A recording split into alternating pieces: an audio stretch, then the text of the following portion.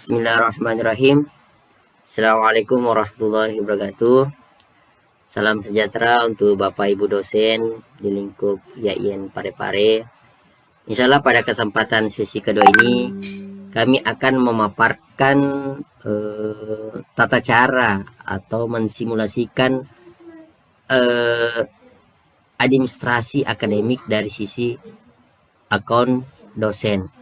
Jadi kita akan fokus di menu perkuliahan, data kelas, kelas kuliah. Jadi di sesi pertama kami sudah jelaskan fungsi dan tujuan dari menu-menu yang ada di atas ini. Jadi kita masuk di menu perkuliahan, data kelas, kemudian kelas kuliah.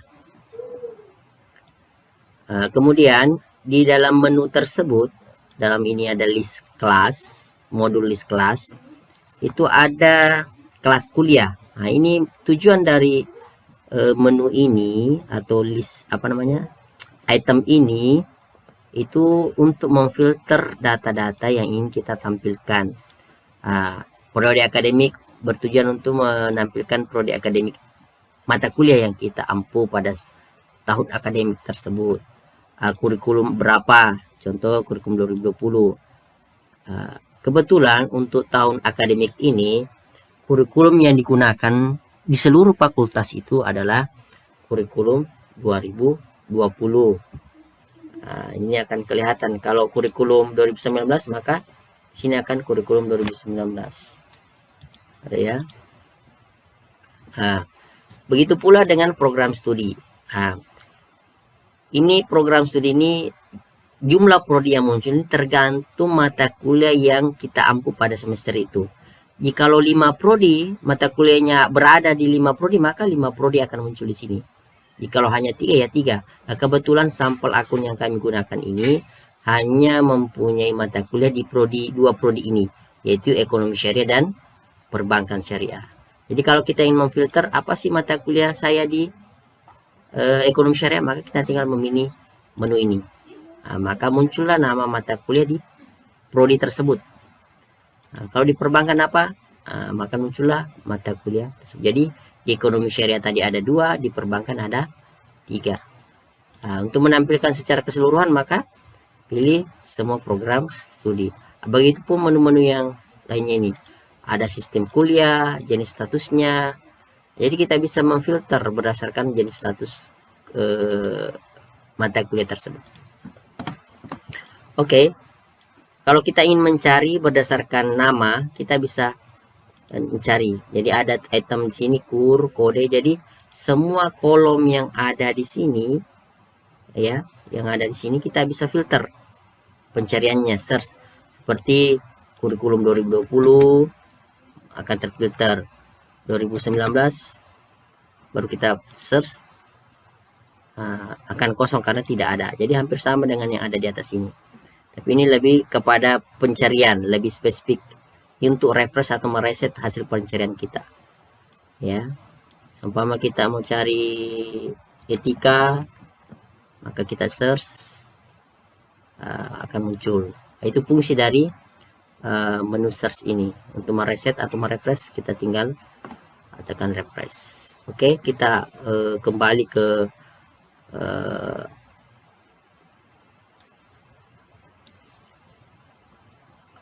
untuk proses penjadwalan setiap mata kuliah yang ada, maka kita masuk di bagian menu aksi kemudian detail. Perlu Bapak Ibu pahami bahwa sebenarnya setiap aplikasi dirancang mempunyai feedback kepada si pengguna. Dalam hal ini kalau dari sampelnya ini kita bisa lihat ini ada tooltip yang ada 4 color atau background hitam dengan tulisan detail. Itu adalah feedback, yang mana feedback ini pun dibuat oleh sisi pengembang atau pembuat aplikasi itu. Semakin bagus feedback yang dibuat oleh sisi pengembang, maka aplikasi itu akan bersifat informatif, artinya mampu menjelaskan dirinya sendiri bahwa oh tombol ini fungsinya apa, oh menunya ini fungsinya apa. Karena dengan adanya tooltip ini, pengguna akan tahu, oh ini fungsinya menu ini adalah, oh detail. Itu tujuan dari tooltip tersebut. Jadi kita mau membuat penjadwalan, maka kita menu tanda mata ini kemudian diklik, maka kita akan masuk kepada coba kita lihat URL-nya, maka data kelas detail. Ini sebenarnya adalah ID jadwal tersebut atau ID mata kuliah tersebut. Di sini diinformasikan secara singkat mengenai data mata kuliah tersebut, mulai dari periode, kapasitasnya, tanggal mulainya, tanggal selesainya. Perlu kami jelaskan bahwa tanggal mulai di sinilah yang jadi permasalahan tadi kemarin, bahwa sebenarnya di sini harusnya tanggal 29 September. Inilah nanti kami juga akan memberikan penjelasan bagaimana menteknisi supaya perkuliahan kita itu pertemuan pertamanya dimulai dari tanggal 29. Oke, untuk lebih jelasnya kita pilih menu jadwal perkuliahan. Jadwal kebetulan ini sudah ada, tapi untuk demonstrasi ini kita hapus dulu ya. Hapus. Untuk menandai bahwa menu yang aktif di bagian list perkuliahan ini, itu dengan melihat menu yang di sisi kanan ini. Ini akan kelihatan bahwa ini menu yang aktif, maka dia warnanya biru. Kalau disorot itu akan samar, kita bergeser, dia tetap posisi warna ini karena dinilai yang menu aktif. Untuk mengenerate secara otomatis daripada kita tambah satu persatu, maka kita melakukan buat perencanaan untuk membuat jadwal pertemuan dari pertemuan pertama sampai pertemuan ke 16. Kita klik buat perencanaan, maka akan muncul message atau pesan, apakah Anda yakin akan membuat rencana jadwal perkuliahan untuk kelas ini. Fitur ini digunakan untuk kelas yang memiliki jadwal mingguan, maka karena ini mingguan maka kita oke. Maka secara otomatis sistem akan membuatkan pertemuan selama 16 kali. Selama 16 kali. Yang jadi masalah, problem, pertemuan pertamanya itu adalah 14 September. Karena ini dimulai Senin, sedangkan pembukaan kuliah tanggal di settingan awal tadi tanggal 9, maka secara otomatis dia akan menghitung di Senin depannya, yaitu tanggal 14 September. Kebetulan pertemuan pertama, kedua, dan ketiga ini telah lewat.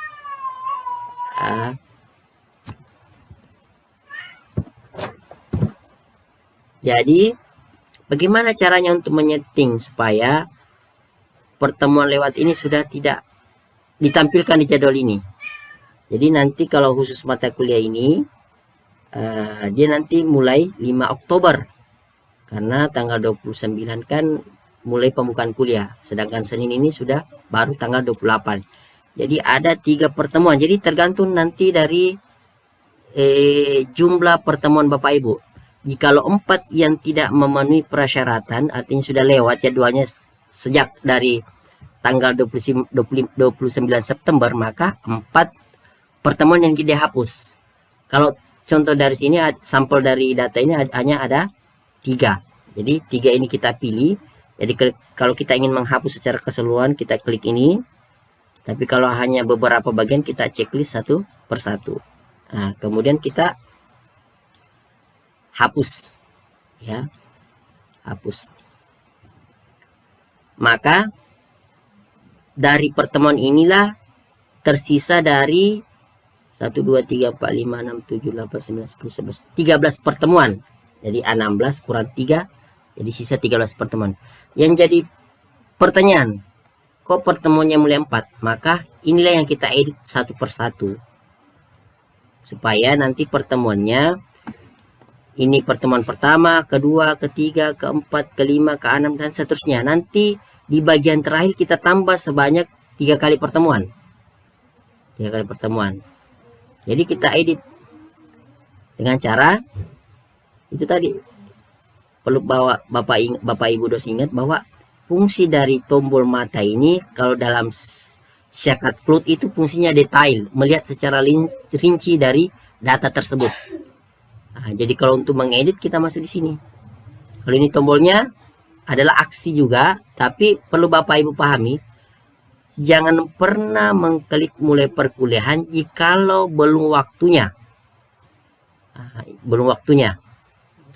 Jadi tujuan dari mulai perkuliahan ini juga kami sudah jelaskan di sesi awal bahwa di menu dashboard itu ada daftar jadwal harian. Di situ juga kita bisa memulai perkuliahan. Nah, jadi perlu Bapak Ibu perhatikan bahwa nanti diklik mulai perkuliahan jikalau jadwal Bapak Ibu telah tiba waktunya. Maka jikalau kita mengklik mulai perkuliahan ini, maka bisa kita melakukan absensi di Edlink. Jika tidak, maka proses sinkronisasi di data Edlink dengan Syakat tidak bisa dilakukan. Jadi, jikalau Bapak Ibu ingin mensinkronisasikan absensi yang ada di Edlink dengan Syakat, syaratnya harus terklik mulai perkuliahan pada waktunya. Jadi nanti 5 Oktober 2020, Senin 5 Oktober, maka pada saat pukul 10, sebelum pukul 10, maka dosen bersangkutan harus mengklik mulai perkuliahan. Nah, kembali ke permasalahan tadi. Untuk mengedit pertemuan 4 menjadi 1, jadi kita klik menu detail atau ikon detail. Nah, di sini akan kelihatan. Untuk mengeditnya kita tinggal menekan tombol edit. Bapak Ibu dosen, kami harapkan, saya atas nama Kasubag AKA Fakultas Ekonomi dan Bisnis Islam dan semua fakultas lainnya itu berharap jangan pernah mengedit tanggal jadwal, waktu mulai, waktu selesai, ruang kuliah. Kenapa Bapak Ibu? Karena menyebabkan terjadinya bentrok antara jadwal dosen yang lain.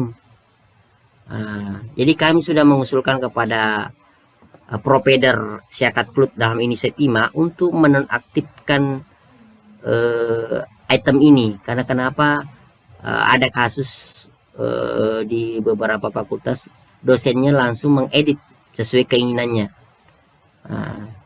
Jadi menyebabkan bentrok dengan jadwal yang lain. Jadi kami harapkan yang Bapak Ibu boleh edit hanya bagian pertemuan ini, pertemuan keberapa, status jadwalnya berapa, kemudian jenis pertemuannya apa.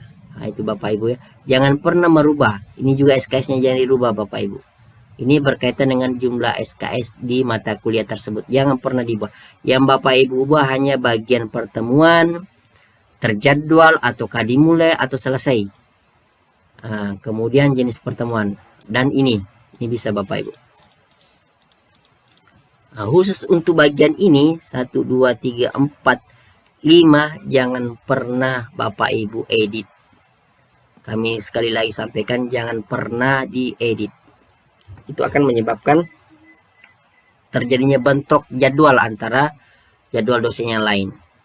Kita kembali ke permasalahan. Jadi ke pertemuan keempat kita mau edit menjadi 1, tinggal kasih 1, kemudian simpan.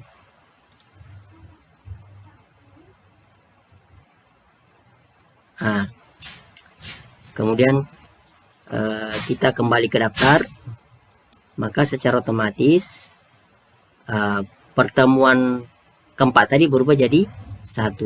Jadi selanjutnya ke langkah berikutnya kita tinggal edit. Pertemuan 5 menjadi 2, simpan. Oke.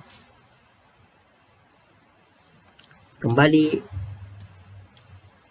edit lagi, pertemuan ke-6 menjadi 3, simpan.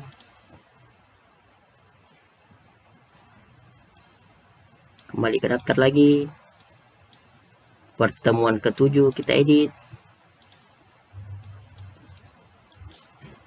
jadi 4,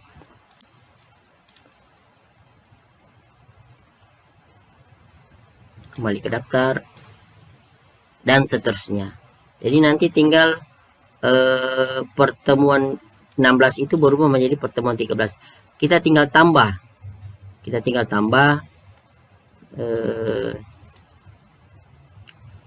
Coba saya edit dulu ini. Apakah bisa? Dulu menjadi 13.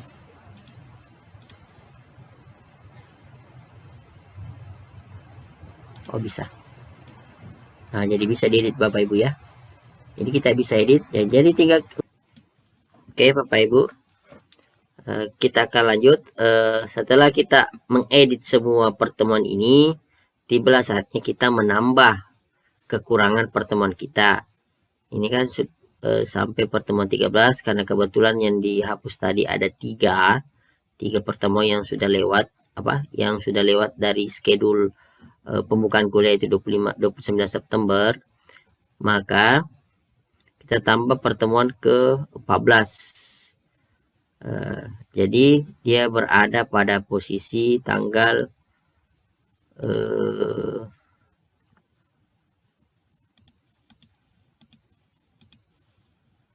Desember tanggal 28, jadi dia masuk kepada Januari tanggal 4 ya, tanggal 4 Januari 2021. Jadi kita tambah data pertemuan ke-14, pilih Januari 2021,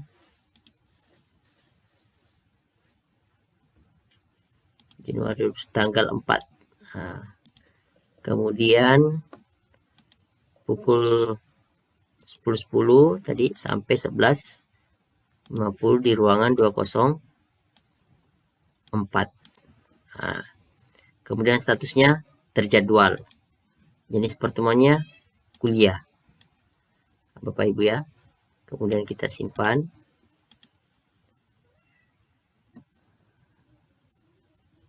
Maka secara otomatis penamaan data berhasil. Coba kita perhatikan. Maka tersimpanlah pertemuan ke-14. Maaf Bapak Ibu, tadi lupa setting dosennya. Jadi kita masih kembali edit.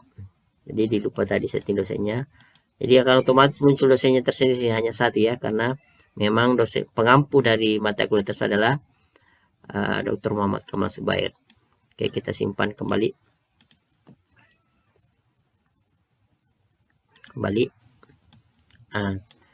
Maka pertemuan 14, maka kita lanjut ke pertemuan 15 ya, pertemuan 15 di mana 2021 Januari tadi tanggal 4 sudah, tanggal 11, jadi sangat mudah menentukan karena secara otomatis tanggalnya bisa di set ya per pekannya. Jadi jadwalnya sudah teratur setiap hari Senin pukul 10.10 sampai 11.50 di ruangan 204. Terjadwal kuliah. Kemudian dosennya kita jangan lupa kita set, kemudian simpan. Oke, itu pertemuan ke 15. Sekarang terakhir, pertemuan terakhir yaitu pertemuan ke 16 tanggal, kita pilih 2021 Januari 18 pukul 10.10 sampai 11.50 di ruangan 204. Terjadwal. Sekarang UAS karena sudah pertemuan ke 16. Jangan lupa di setting dosennya, kemudian disimpan. Oke, kembali ke daftar. Maka selesailah jadwal pertemuan ya. Karena nanti ada sesi 3 untuk proses sinkronisasi data ini, maka saya coba selesaikan dulu Bapak Ibu ya pertemuan-pertemuannya. Jadi ini 4, simpan, kembali ke data. 5, ini kuliah, simpan pertemuan ke-5, simpan, kembali ke daftar. 9, 6, simpan. 7, simpan, kembali ke daftar. 8,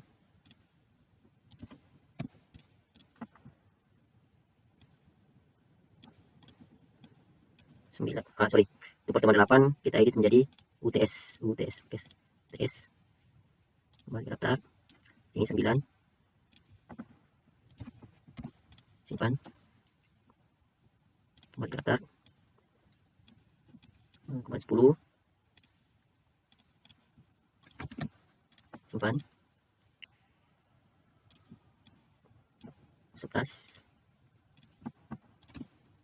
Simpan. Kembali ke spasi 12. Simpan. Kembali ke daftar. Ya, jadi telah selesai jadwal pertemuan untuk mata kuliah Sistem Moneter Islam Prodi Perbankan Syariah. Nah, jadi sudah sampai 16 kali pertemuan ya. Pertemuan 8 UTS, pertemuan 16 adalah UAS.